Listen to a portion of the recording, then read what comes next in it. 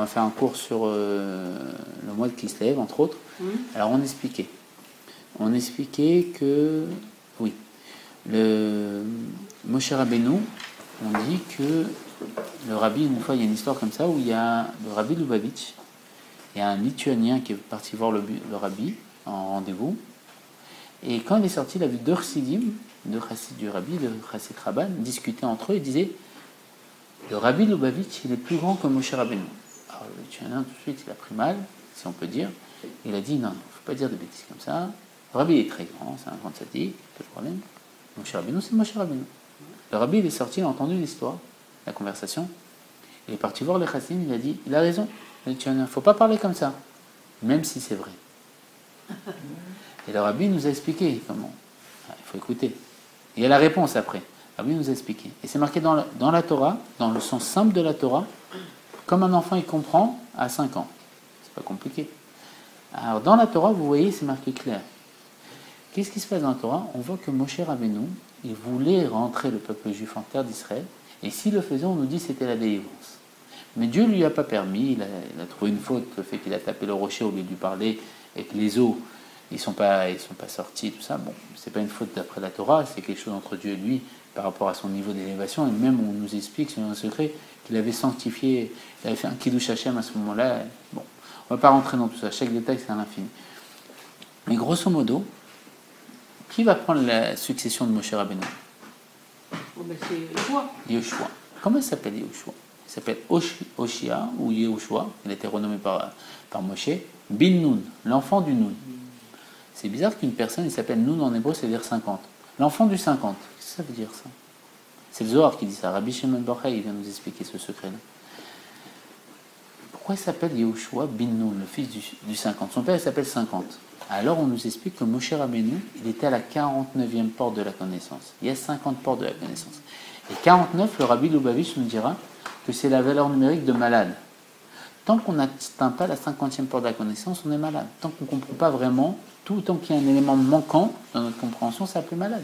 Parce que c'est une compréhension manquante. Et manquante, quand on manque de quelque chose, notre corps est malade.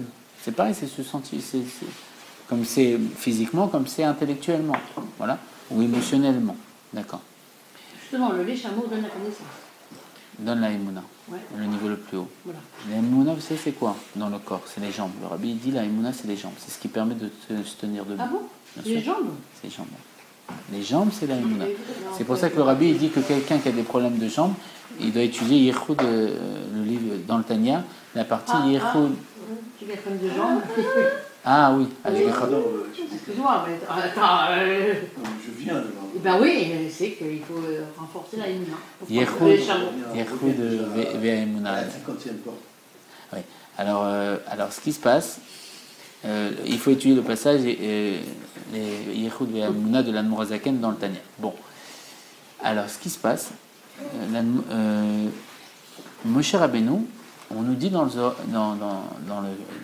la Torah, on nous dit qu'il est parti sur le mont Nebo. Qu'est-ce qu'il nous dit Rabbi Shimon Bar Yochai? Il nous dit ne nie pas Nebo, lit Nun Bo.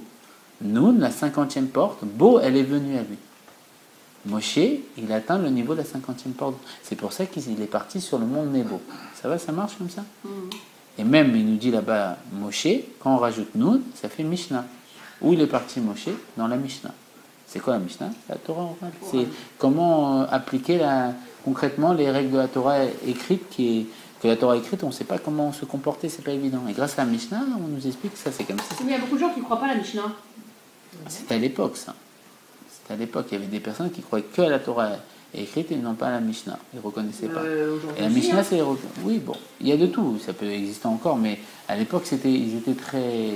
Il y avait vraiment des opposants dans cette façon de voir. Mais la Mishnah vient nous expliquer, on nous dit de mêler entre Moshe il dit, tu les mettras sur tes yeux, dans tes bras, c'est de quoi on parle? On ne sait pas que c'est des boîtes carrées, des tunis comme ça. Et c'est la Mishnah qui va nous les expliquer, la Gemara et tout ça. Bon. Ça s'appelle la Torah orale, c'est celui qui explique, c'est pour ça qu'on appelle Moshe Rabbeinu. D'accord? C'est pour ça qu'il est parti dans la Torah orale, l'explication de la Torah écrite à l'infini. D'accord? Maintenant, ce qui se passe, regardez comment c'est extraordinaire. Yehoshua, il s'appelle Nun. On nous explique que la force du Fils, elle est plus belle que la force du Père. Pourquoi? Parce qu'un fils, il naît naturellement avec le niveau du père que le père lui a donné en héritage. C'est pour ça qu'il le ressemble matériellement et émotionnellement.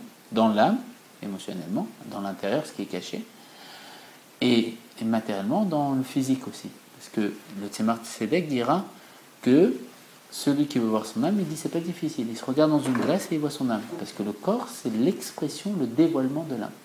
Oui? D'accord. Maintenant, on dit dans la Torah que tu les enseigneras, dans le schéma Israël, on le dit 3 fois par jour, tu les enseigneras à tes enfants. Et on dit que quelqu'un, sur cette explication, quelqu'un, il enseigne la Torah à une personne, il est appelé comme son enfant. C'est comme s'il celui qui enseigne la Torah, il appelait le père, et celui à qui il enseigne la Torah, il appelait son enfant. Qui est celui qui n'a pas quitté la tente d'études de Moshe Rabbeinu? Moshe croyait que c'était ses fils qui devaient reprendre sa succession. Et Dieu lui a dit non, c'est Yoshua. Pourquoi? Il n'a pas quitté la tente. C'est ton vrai fils. Yoshua bin Nun, Yoshua, il n'a pas quitté la tente d'études. Il était toujours en train d'écouter Moshe croyait que c'était son fils. Il croyait que c'était ses fils qui allaient prendre sa relève. Mais Dieu il va lui dire non, c'est Yoshua. Pourquoi? Parce qu'il n'a pas quitté la tente d'études. Et celui qui a appelé ton enfant, c'est celui à qui tu as enseigné la Torah. Et celui à qui il a plus enseigné la Torah, c'est Yoshua. Regardez comment c'est beau maintenant. Yeshua bin Nun. Celui qui a appelé enfant, celui que tu as enseigné la Torah. Oui. C'est un enfant spirituel, ça s'appelle. Alors les enfants, nous-mêmes, nos enfants à nous. Oui. Si le père il n'enseigne pas la Torah, c'est pas ses enfants fils? Si, c'est un enfant matériel. Il y a l'enfant spirituel et l'enfant matériel. On va dire qu'on a enfanté un niveau de l'âme en plus chez la personne parce que la Torah fait en sorte de nourrir l'âme et ce qu'on mange, c'est ce qu'on devient. C'est-à-dire que si quelqu'un manque de nourriture ou quoi que ce soit... La Torah est comparée au lait. Aussi, c'est une nourriture. Vous savez pourquoi? Halav. Halav. Ça veut la c'est 40. Ouais. Et à Moshe Rabbeinu, il y a 40 jours dans le... Et c'est le même. Le halav, le lait, c'est celui qui va former le cerveau de l'enfant. Et c'est aussi la valeur numérique de Goël, le libérateur. Le halav, c'est celui qui va débloquer le libérateur. Ah bon? Ah, ça me fait ça. Ouais. De moi mon stylo, là. C'est vrai? Oui, vous prenez Guimel, T'as vu, je t'ai dit. Vav, ça fait 9. Oh là là. Aleph, ça fait 10. T'ai dit. Et Lamed, ça fait 40. Ah, c'est magnifique ça, ils vous me dites que maintenant ça. Bon, mon stylo, On ne dit pas toutes les bonnes choses tout de suite. Hein. C'est trop beau. Ah, je t'ai dit. La libération, c'est dévoiler le cerveau, la tête, l'intellect. Et celui qui donne cette possibilité, c'est la Emouna. Bon, après, on va sur les choses. Bon, alors, on reprend le sujet. Parce qu'on s'éparpille beaucoup, grâce à Dieu. Et comme on aborde l'infini, si on s'éparpille, on va se perdre. Alors, c'est beau ce que vous avez dit. Très très beau là. Alors, ce qui se passe, comment il s'appelle? Yehoshua bin Nun. Qu'est-ce qui se passe? C'est que Yehoshua, il va réussir quelque chose que Moshe n'a pas réussi. Rentrer le peuple juif en Israël. En fait, Yehoshua, si on veut donner une estime de valeur, un degré de valeur, disons, il est au niveau 1 ou 2. Moshe est au niveau 50. Mais le fait que Moshe va rentrer dans Yehoshua, c'est pour ça que Yehoshua il s'appelle bin Nun, il a hérité de Moshe intégralement, et que Yehoshua va rajouter sa personnalité qui est le niveau 2, il va atteindre le niveau 52, qui est valeur numérique de fils, Ben. Et qu'est-ce qui va se passer à ce moment-là? Il va faire quelque chose que Moshe ne pouvait pas faire, rentrer le peuple juif en Israël.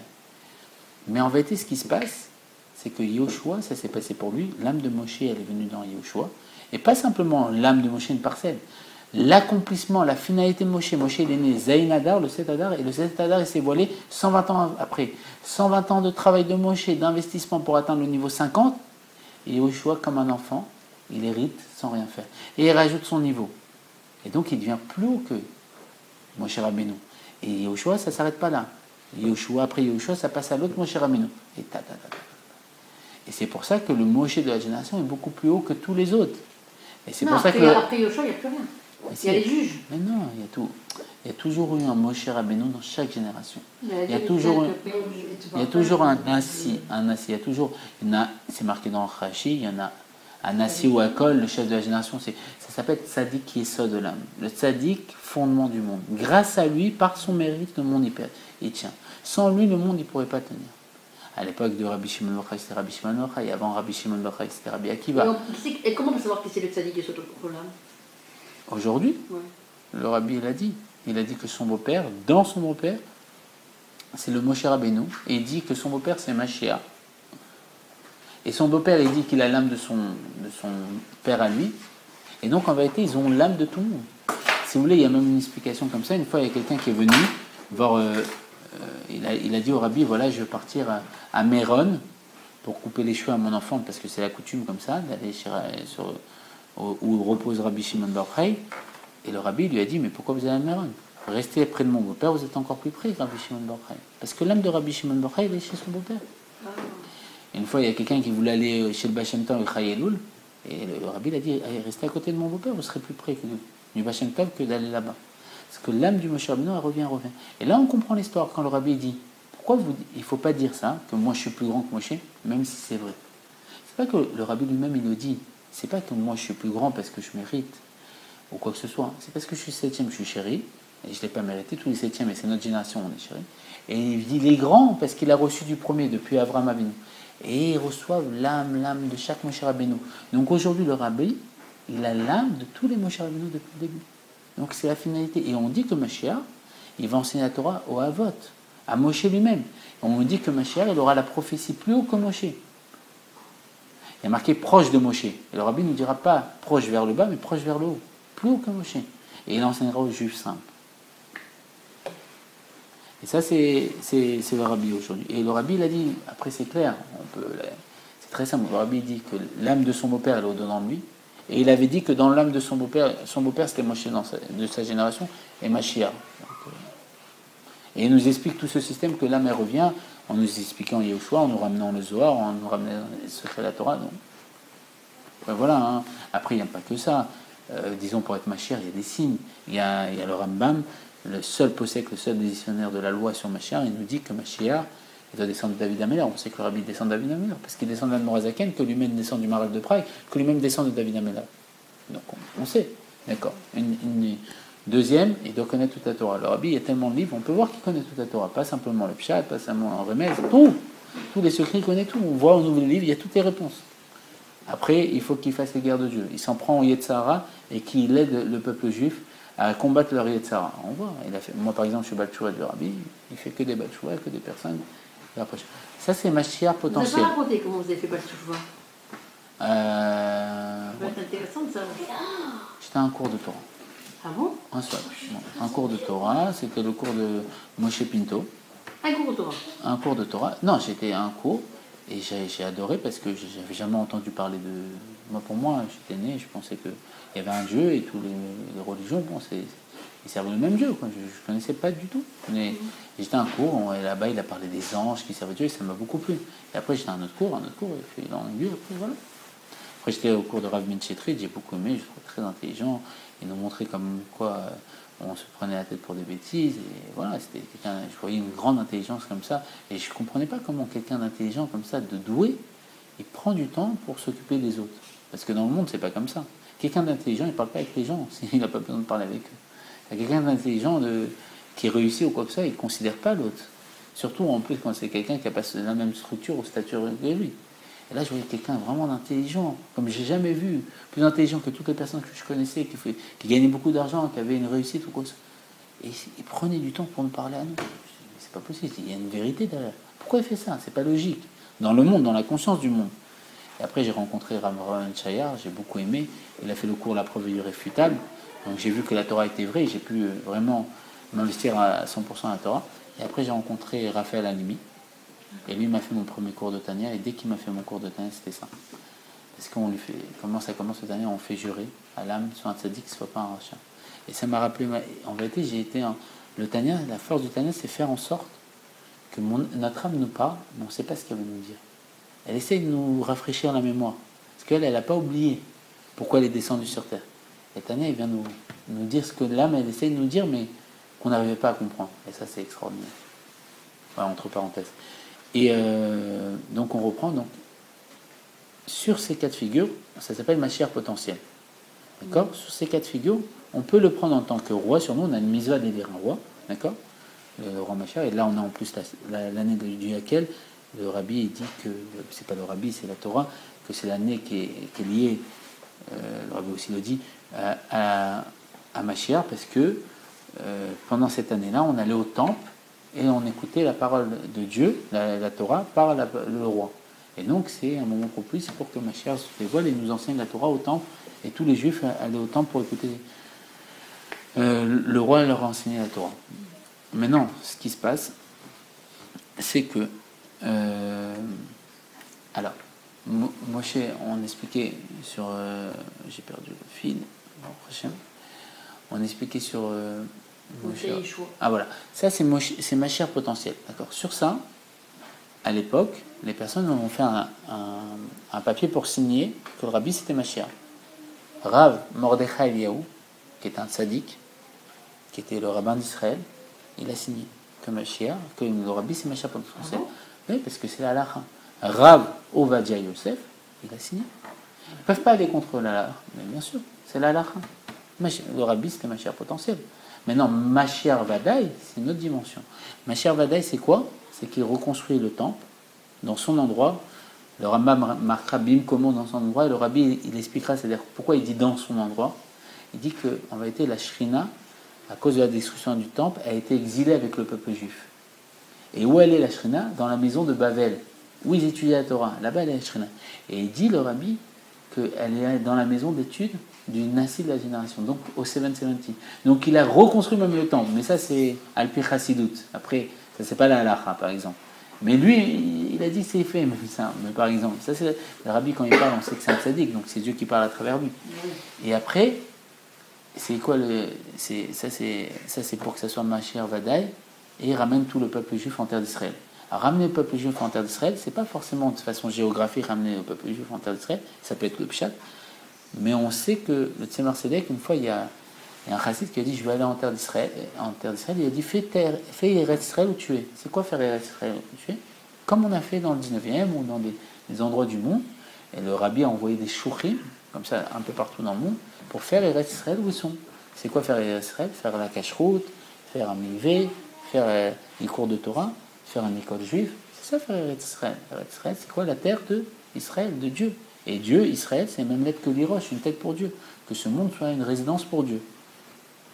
Donc c'est que ramener tout le peuple juif à faire tchouva et devenir une terre où Dieu peut résider. Voilà. Ça c'est Mashiach Vadaï, et dessus, tout le monde confirmera, on ne pourra pas dire... voilà. Le fait de reconstruire le temple et de ramener le peuple juif, selon le sens simple, en terre d'Israël. Voilà. Et c'est pour ça que le rabbi, quand il les a croisés en train de dire la conversation, et qu'il disait le rabbi il est plus haut que Moshe, il dit il ne faut pas dire ça, même si c'est vrai. Vous voyez? Parce que c'est pas qu'il est grand, le rabbi. Lui, il a un niveau. Mais le fait qu'il hérite de tous les niveaux passés, ça lui donne sa grandeur. C'est pas lui, c'est pas de son mérite à lui. Vous voyez? Et ça, c'est ce que Dieu il a voulu, parce que plus la génération elle chute, et plus le Nassi doit être grand pour relever la génération. Donc, ça c'est pour l'histoire. Maintenant, on va revenir sur le sujet de base qu'on avait entamé. On a fait tous ces grandes... vous savez, la Torah, c'est un peu ça, c'est des fenêtres, on ouvre, c'est comme dans l'ordinateur. Chaque question, on ouvre, il y a des réponses infinies. Alors, l'Admorazaken, on parlait de l'Admorazaken. Quand il était enfermé en prison, qu'est-ce qui s'est passé là-bas? Il y avait des personnes qui faisaient la carte d'un continent. Ils sont venus voir l'Admorazaken, comme ils savaient que c'était quelqu'un de très intelligent. Même le tsar, il était venu, il y a plein d'histoires sur ça. Ils sont venus lui poser une question. Est-ce que la carte qu'ils avaient faite a été bien faite ou pas? L'Admorazaken a dit il y a une erreur ici. Alors, ceux qui sont partis physiquement là-bas, et que lui, il est dans une prison enfermé, ils l'ont pris pour un fou. Il dit n'importe quoi, il n'est pas si intelligent que ça. Ils sont partis quand même vérifier. Quand ils sont partis vérifier, ils ont vu qu'effectivement, il avait raison.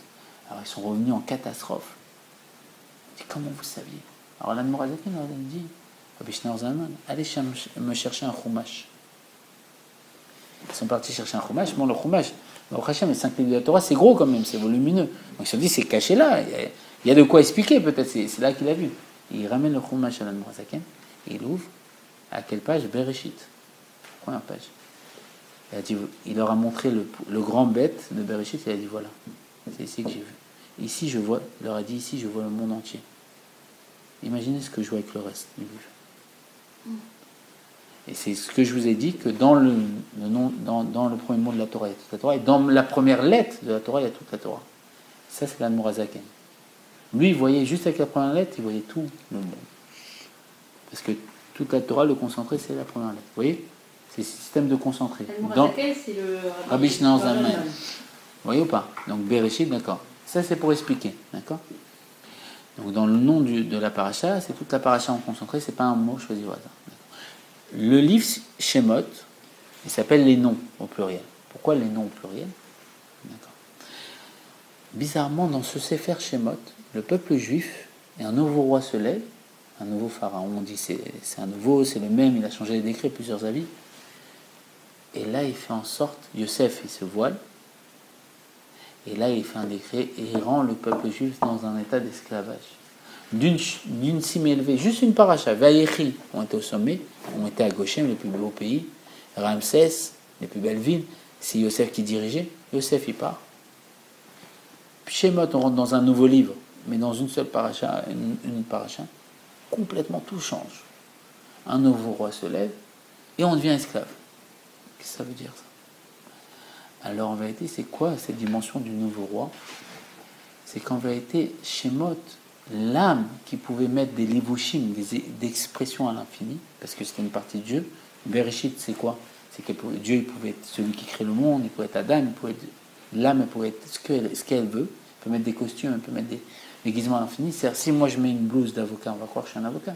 Si je mets une blouse de médecin, on va croire que je suis un médecin. Le vêtement dévoile la personnalité. Ah bon? Oui, bien sûr. Bah, si je m'habille, en fonction de comment je m'habille, en fonction de ça, les gens vont interpréter ma personnalité. Oui. Et ce qui se passe, c'est que l'âme va s'habiller d'un vêtement, mais d'un vêtement qu'elle ne pourra plus quitter. Ça s'appelle Shemot. Et ça s'appelle l'esclavage pour l'âme.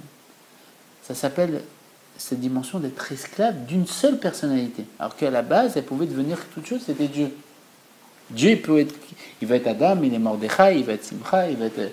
Oui, chacun, il peut être qui veut, Dieu. Et là, il s'enferme dedans. Et ça s'appelle l'esclavage. Et même, si vous voulez, les grands secrets, la Rizal, il dit comment on fait... Ils ont fait des briques là-bas. Comment on fait des briques? Il faut prendre de l'eau, il faut prendre de la terre, et il faut les réunir ensemble, et avec du feu, ça va. Quand vous prenez Maïm, c'est quoi l'eau? En Maïm et la Torah, c'est l'âme, c'est le spirituel. D'accord? Vous prenez la terre, Afar, c'est les mêmes lettres que Pharaon, c'est le matériel, le corps. Vous les unifiez avec le Esh, la volonté de vouloir faire la volonté de Dieu, et là, ça devient une brique. Mais quand vous prenez, c'est Maïm, Afar et Esh, la valeur numérique, ça fait Shemot, les noms. Parce qu'ils ont construit des noms. Les pyramides, c'est construire des noms. Construire chacun son identité, sa personnalité, une seule personnalité, figée, bloquée. Voilà. Ils sont esclaves de cette personnalité. Alors, ce qui se passe, c'est que Dieu nous a demandé, Ve'asu l'imigdash, vous allez construire un temple, Ve'shachachim et tocham, je vais résider à l'intérieur de ce temple. Et les commentateurs s'étonnent. Il y a marqué, et je vais résider à l'intérieur d'eux. Le commentateur dit, si on veut qu'on lui construise un temple, il devrait dire, je vais résider dans le temple. Pourquoi dire à l'intérieur d'eux? Parce que le cœur de chaque juif, c'est le temple de Dieu. Mais Dieu, en vérité, c'est pas un seul prénom. On y a marqué que toute la Torah, c'est le nom de Dieu. Alors, ce qui se passe, c'est que quand, dans notre prénom, d'accord, on est en train de faire un cours sur les prénoms, dans notre prénom, il y a notre prénom de base. Disons, je prends un exemple, un nom simple, avec 2 lettres, Dan, par exemple. Il y a 2 lettres. La personne est enfermée, elle a 2 expressions, 2 mesures d'expression. Le cœur, vous m'avez dit quoi, le partage il est dans le cœur. C'est quoi le cœur? Le cœur, c'est les lettres du milieu. Mais Dan, il n'a même pas de cœur, le pauvre. Faudrait un nom à 3 lettres. Léa, ça sera mieux. Elle a un cœur. La tête de Léa, c'est le Lamed. Le cœur de Léa, c'est le Aleph. Et les pieds de Léa, c'est le E. C'est la structure. Oui. D'accord. Alors, ce qui se passe, c'est que Léa, elle a 3 mesures d'expression. Elle a l'expression du E, l'enfance de Léa, l'expression du Aleph, l'adolescence de Léa, et le Lamed, c'est l'adulte de Léa. D'accord? Elle est enfermée dans elle ne peut pas devenir autre chose. Elle n'a pas les autres lettres. Alors Dieu, il a mis un système, ça s'appelle Torah et Mizot. C'est quoi Torah et Mizot?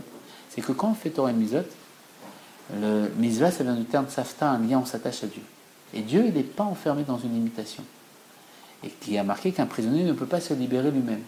Donc en s'attachant à Dieu, on donne la possibilité de Dieu de nous libérer de l'enfermement. C'est quoi? Que mon âme, elle est enfermée dans une seule expression, et ça la rend fou. C'est pour ça que les Juifs, ils ne supportent pas, ils ont besoin de faire des choses comme ça. Ils se sentent enfermés comme ça. Parce qu'en vérité, ils ont l'infini au-dedans d'eux, ça s'appelle la partie de Dieu, et ils veulent la libérer. Ils ont quoi L'infini au-dedans de Dieu, ça s'appelle l'infini de Dieu au-dedans d'eux, ça s'appelle la partie de Dieu. Et ils ont besoin de la libérer. Mais pour la libérer, il y a un seul système, ça s'appelle Torah et Mitzvah. Quand on va faire une mitzvah, il y a deux possibilités de faire la mitzvah. Il y a la mitzvah faite machinalement, ça s'appelle Naaseh. Je mets les tefilines, mais ma tête elle est en train de penser à mon travail. Et il y a Nishma. Je mets les tefilines avec le cœur, c'est un premier niveau, et aussi avec la tête. Mon action, mon cœur et ma tête sont dans ce que je fais. Mon action, ça va être l'enfance. Mon cœur, ça va être mon adolescence. Et ma pensée, ça va être mon adulte. C'est un tableau de concordance, en fait, et tout. C'est une structure bien fixée. Et quand je vais mettre les tefilines, si je mets les tefilines simplement comme ça, qu'est-ce qui fait Dieu? Vous savez, en hébreu, la lettre lamed, elle s'écrit lamed, mais elle s'écrit aussi lamed, même dalet. Quand je fais une mise en je mets les tefilines, qu'est-ce qui fait Dieu? Il me débloque. Si je les fais juste machinalement, une lettre, le même. Si je les fais avec mon cœur, il va me débloquer le dalet, 2 lettres. Et si je les fais avec ma pensée, mon cœur et tout, il va me débloquer une infinité de lettres. Et petit à petit, en faisant Torah et Mitzvot, je vais recevoir des lettres, la possibilité d'exprimer mon âme, d'exprimer l'infini au-dedans de moi. Petit à petit, je vais avoir les 600 000 lettres, et là, je vais devenir un temps pour Dieu, et Dieu va résider, il s'appelle la délivrance. Vous voyez ou pas? Donc en vérité, ce que je disais, un prénom, c'est pas figé. Mais il y a des clanim des généralités. La première lettre, on analyse la personne quand elle est mariée. Les lettres du milieu quand elle est adolescent, la dernière lettre quand elle est enfant. Mais il y a toujours, les influences, elles sont toujours là. Mais de façon générale, il va être plus un même, il va être plus un chine, il va être plus un... Voilà. Chacun avec un aleph, chacun avec sa personnalité. Vous voyez? Ça va, c'était... Vous voulez qu'on aborde autre chose? Il est quelle heure? Fatigué un peu, ça endort. Hein. Oui, c'est... Vous êtes fatigué. La prochaine fois? Avec plaisir. Le mercredi soir. Oui, t'as raison. Mais c'est très intéressant, le Chassidut. C'est magnifique. On apprend à se connaître. Alors la C'est ça qui est beau, on apprend à se connaître la Chassidut. Tu vois, on connaît rien, on connaît tout superficiellement, mais là, on apprend à se connaître. Alors sachez une chose, la Chassidut à la base, les tzadikim devaient travailler, œuvrer toute leur vie pour accéder à la Chassidut. Rabbi Shimon Bar Yochai, quand il a écrit le Zohar, à la fin il tremblait à savoir s'il pouvait dévoiler la Chassidut ou pas. Et à la fin il a dévoilé, ça s'appelle l'Hidra Rabbah, la partie la plus profonde du Zohar. La Chassidut, c'est pas... Il y a deux façons de voir. Il y a l'homme qui voit Dieu, ça s'appelle le Pardes, Pshat, Remes, Drash, Sod, le sens simple, et même le Zohar nous dira le sens simple, Pshat en hébreu, c'est même lettre que tu pêches.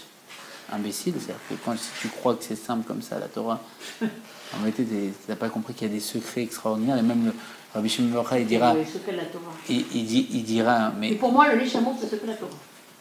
Je reviens déjà là-dessus. C'est sérieux. On verra bien plus tard, mais moi je vous dis. Pour moi, le lait, non, parce que pour moi, le Rabbi Lubavitch, avant de partir, il a dit le secret de la Torah. Il a dit cette phrase-là, c'est un secret de la Torah. Il a dit que le lait chameau donne l'aïmouna. Le lait chalak loché donne les doutes. Il a dit tout le secret de la Torah. C'est-à-dire qu'il a dit que, et comme on sait que, et Rabbi Nachman il a dit, que la foi des piliers du monde. Les deux, ils sont complétés. Oui, donc, la foi, c'est le niveau le plus haut de l'être. Voilà, pilier du monde. Donc ça veut dire que le pilier du monde, c'est-à-dire que la foi, c'est très important. Si t'as pas la foi, tu peux même pas faire Shabbat, tu peux rien faire. On peut te parler 10 heures, quelqu'un qui est là au cours, on ne lui dira pas, c'est pas la foi, qu'est-ce qu'il va faire? Il va faire ni Shabbat, ni rien, il va écouter, il va rien faire. C'est-à-dire que s'il n'a pas la foi, qu'on parle une fois ou 10 fois, dans tous les cas, comme il n'a pas la foi, il ne marche pas. Voilà, c'est ça. Donc la foi, c'est le pays de la Torah. Donc, et pour avoir la foi, qu'est-ce qu'il faut faire? Il y a un secret, tu produis des chameaux. Donc, c'est le secret de la Géoula. Surtout ne mange pas de foi. Et il faut faire venir Mashiach. Et pour moi, Amalek, c'est le doute. Non, et Amalek, c'est la valeur numérique. Doute. Et il monte dans les niveaux les plus hauts. Et Amalek, c'est la même valeur numérique que Amalek, le doute. Donc, ce qui veut dire, il faut pour détruire, on doit détruire Amalek, on doit détruire le doute. Donc, on doit détruire le Safek. Voilà. Et s'il n'y a plus de Safek, il n'y a plus de doute, il y a la Emouna. Donc si les Juifs, si le Juif, on dit à tout le monde de prendre du lait chameau, ils enlèvent le lait halak nochi, il n'y aura plus de doute dans le monde. Donc plus de mecs dans le monde, donc il n'y aura que de il n'y aura que de la foi, et donc Torah Mitzot, et machin, il arrive. On va la résumer. Et donc, vous avez dit, donc moi, pour moi, le rabbi a dit le secret de la Géoula avant de partir, et c'est pour ça qu'il a dit, moi, j'ai tout donné, c'est à vous de faire, effectivement, vous de faire. Donc, j'ai créé pour vous, mesdames, la possibilité d'être participante. D'être le texte hier. D'être émissaire. Associé. Non, Shalia. Émissaire. Shloucha. Des Shloucha du Rabbi. Donc j'ai décidé, mais c'est les femmes, hein, des Shloucha du Rabbi, et de pouvoir diffuser les Shloucha dans le monde entier, afin que chaque femme puisse être Shloucha. Et ça veut dire quoi, Shloucha? S'investir pour le chameau. Ça veut dire s'investir, comme moi je m'investis pour les 6 ans. Pas que le chameau, tout. Non, pour moi je fais la Shloucha du lait chameau. Du lait chameau. Je répète, pour moi le lait chameau c'est la base. Ça veut dire que si tu veux, et regardez bien partout, je vais faire la même chose que le rabbi. Le rabbi, il a fait les mais bon, celui qui a pas la foi, c'est pas le divan du lait chameau qui l'aura. Mais oui, le rabbi l'a dit. C'est le rabbi qui a dit, c'est pas moi, c'est le rabbi qui a dit. Bah, donne-moi la lettre du rabbi. La foi, tu l'acquiers en allant à des... Non. Le rabbi a dit que le lait chameau renforce la émouna. C'est quand même clair, c'est pas moi qui dis, c'est le rabbi. Il a dit le chef Sirach 1962. Ça fait des doutes. Quand on prend pas du lait, c'est la laquelle c'est une histoire qui est ramenée. On a des doutes dans la Emouna. C'est quoi des doutes dans la Emouna? Normalement, si on vous raconte quelque chose dans la Torah à faire, vous pouvez pas ne pas faire. Alors quelqu'un qui a la force de ne pas faire, c'est qu'il a des doutes. Je pense que quelqu'un... Il a toujours la foi. je crois toujours... Oui, mais il y a la foi. Il y a la foi. Il y a la foi. Chez Dingue. Il y a la foi. Si vous pouvez c'est ma lettre que j'ai reçue par le collège du rabbi. Si vous pouvez... Non, mais vous l'avez bien lu. Alors, regardez le début. Est-ce que vous comprenez la même chose que moi ou pas? Oui, non. Non, est-ce que le lait de l'amour renforce la émouna? Est-ce que donne la émouna? Non, ça veut dire que non. Si on regardez bien. Il y a la foi. La foi, c'est ce que j'ai expliqué. Il dit bien qu'on renforce la émouna, le chameau. Il dit bien ça. Oui. Non, parce que ça met des doutes. Ça met des doutes dans la émouna quand on ne prend pas du lait chameau. Non, mais le fait de prendre du lait chameau. Oui, ça fait en sorte qu'on n'a plus de doutes, on n'a plus d'amalek, qu'on anéantit un amalek. Et qu'on a plus d'émouna. Alors, ça veut dire ce qui se passe, c'est... Oui, allez-y. Excusez-moi. C'est vrai, une personne qui prend du lait non chameau, ça lui donne des troubles. Mais si elle supprime complètement le lait, c'est pas bon. On n'a pas dit qu'elle va pas avoir la émouna. C'est pas bon. Mais c'est marqué, voilà, regardez. Non, ce qu'elle veut expliquer, c'est comme ça. Il y a la émouna, la foi. On peut avoir foi en Dieu. Surveiller, profite pour renforcer la foi. Non, c'est marqué. on peut. Mais c'est marqué noir sur blanc. Donc il reste le rabbi Lubavitch. Si tu manges pas de lait, t'es quand même. Oh là là, mais non, vous avez raison les deux. Vous parlez pas de la même façon de voir. Oui, alors regardez. Ça veut dire quoi? Excusez-moi. Ça veut dire que le lait surveillé profite au renforcement de la foi. Regardez. Non, mais je vous explique. Alors allez-y. Regardez, il y a la foi, d'accord. Il y a des personnes qui ont foi en Dieu, qui ont foi que la Torah est vraie, mais malgré tout, ils la mettent pas en application. Oui, mais t'as quoi? Donc, elle a dit que la foi, elle est là. Oui, ils ont la foi. Oui, il n'y a pas de ils ont la foi, mais ils l'appliquent pas. Bah oui, ça alors que la force du lait va donner la possibilité de l'appliquer. Voilà, donc j'ai raison. Donc de concrétiser la foi, ça s'appelle le bitachon. Donc j'ai raison, ma fille. Parce que mon mari n'aime pas le lait du tout. C'est pas bon pour lui, le pauvre. Et ben voilà. C'est très bien. Ben, elle a pas appliqué. Et celui qui est allergique au lait, je vous promets, mon mari, il n'a pas besoin de ça, il est déjà parfait. Je vous promets, Ram, quand mon mari va en Israël, il prend du glace au lait, il change. Quand je vous dis que le lait, tu peux rigoler ou quoi? Je te promets qu'il change.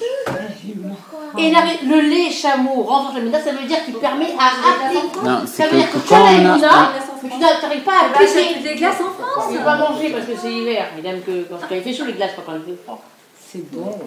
C'est en hiver que j'aime bien. Ça met des doutes. Bon, ça donne la possibilité à Amalek de nous mettre le doute dans la Emouna, le fait d'appliquer ou pas les choses. On a foi, mais on ne la met pas en application. Donc le fait de prendre du lait, ça te donne le fait d'appliquer. C'est marqué. Hein, c'est marqué. Elle ne peut pas comprendre, j'aurais pas le dire. Moi, je ne prends pas de lait, ça va. Mais c'est pas bien. Parce que toi, tu es religieux de naissance. Non, pas du tout. Ah bon? Bon, ok. Bon, t'as de la chance. T'es chanceuse, va en cracher des exceptions. Je parle en cas général. Regarde mon mari, il prendrait du lait. Ouais. Là, il n'arrive pas à appliquer ce qu'il apprend. Tu vois ce que je veux dire? Parce qu'il n'apprend pas de lait. Il n'a pas de lait, le pauvre.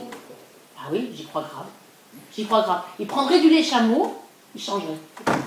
Faites une expérience une semaine. Il veut pas, je lui ai dit, il veut pas. Il n'a pas de lait. Ouais, mais si on voit ça comme ça, on peut voir ça aussi. Pourquoi tu ne veux pas une expérience pendant une semaine? Pourquoi tu essayes pas? Il y a eu un moment donné, on est avec des garçons. Et elle m'a dit, c'est normal, donc tu prends pas de lait, il faut prendre du lait pour avoir des filles. Donc je ne pouvais même pas en mettre. Elle m'a cherché des... À l'époque, on n'était pas Déjà, à la tu chameau. t'intéressais au lait? Non, parce que c'est pour la fille. Mais non, il faut faire Abdallah sur du vin non sucré pour avoir une fille. Non, du lait. Ah, Non, non, Et, non, je te jure. on a, Bah, ça marchait. alors, elle D'après m'a la forcé Torah, à c'est prendre du halal et moi je n'aimais pas du tout ça. Bon, j'ai pris du halal, on a eu des filles au Hachem. Il a pas arrêté de prendre du halal. C'est le halal nourri. Il a obligé, je l'ai obligé parce que c'était bon. Ouais. Moi, c'était 3 mois avec des filles. Au chocolat, Ouais, ça après, marche. j'ai le goût du... Et combien tu en prenais par jour? Je connaissais Je pas l'oblige à ça. prendre les points de yaourt parce que je dis non, c'est pas suffisant, il faut que tu en prennes plus, le docteur il a dit. Le docteur qui a dit, ouais, le docteur. Quel docteur? Le gynéco. Mais non, on va voir, tu vas voir. Moi j'ai vu le Rav Benton, et à l'époque il m'a dit pour avoir une fille, il faut faire Abdallah sur. Ça a marché, t'as eu de la chance. Il faut faire Abdallah sur du vin non sucré. Comme par ailleurs, ça marchait. Alors que ça marchait pas.